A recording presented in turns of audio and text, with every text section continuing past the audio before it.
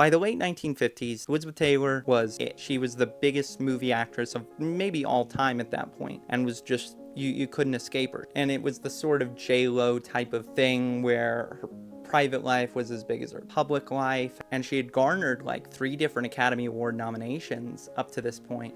And now her MGM contract is kind of running out, and they're like, what do we do? What do we do? What do we do?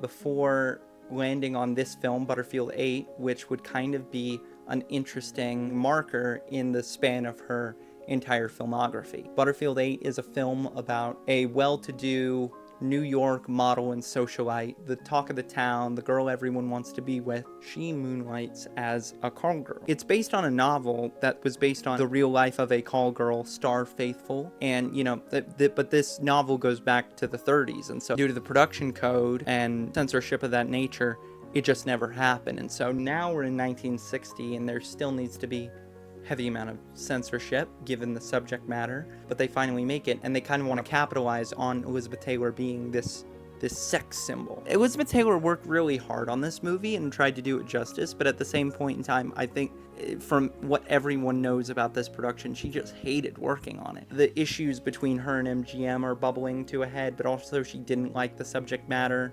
But it's like, that's the movie.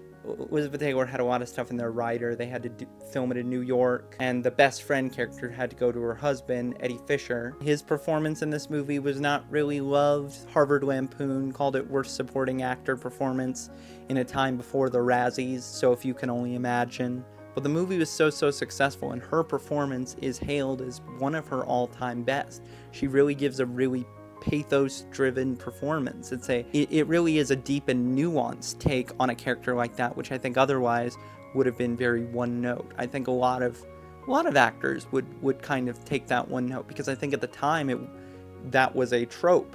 But this movie really focuses on the humanity of someone who lives this double life. One of the double lives is in sex work, and sort of the nature of sex work and the validity of sex work. And if you'd believe it, at the end of it all, Elizabeth Taylor wins the Oscar for Best Actress for this movie. Thank you for watching. This is Turner Classic Companion, your one-stop shop for what's playing on Turner Classic Movies and the Criterion Channel. Thank you.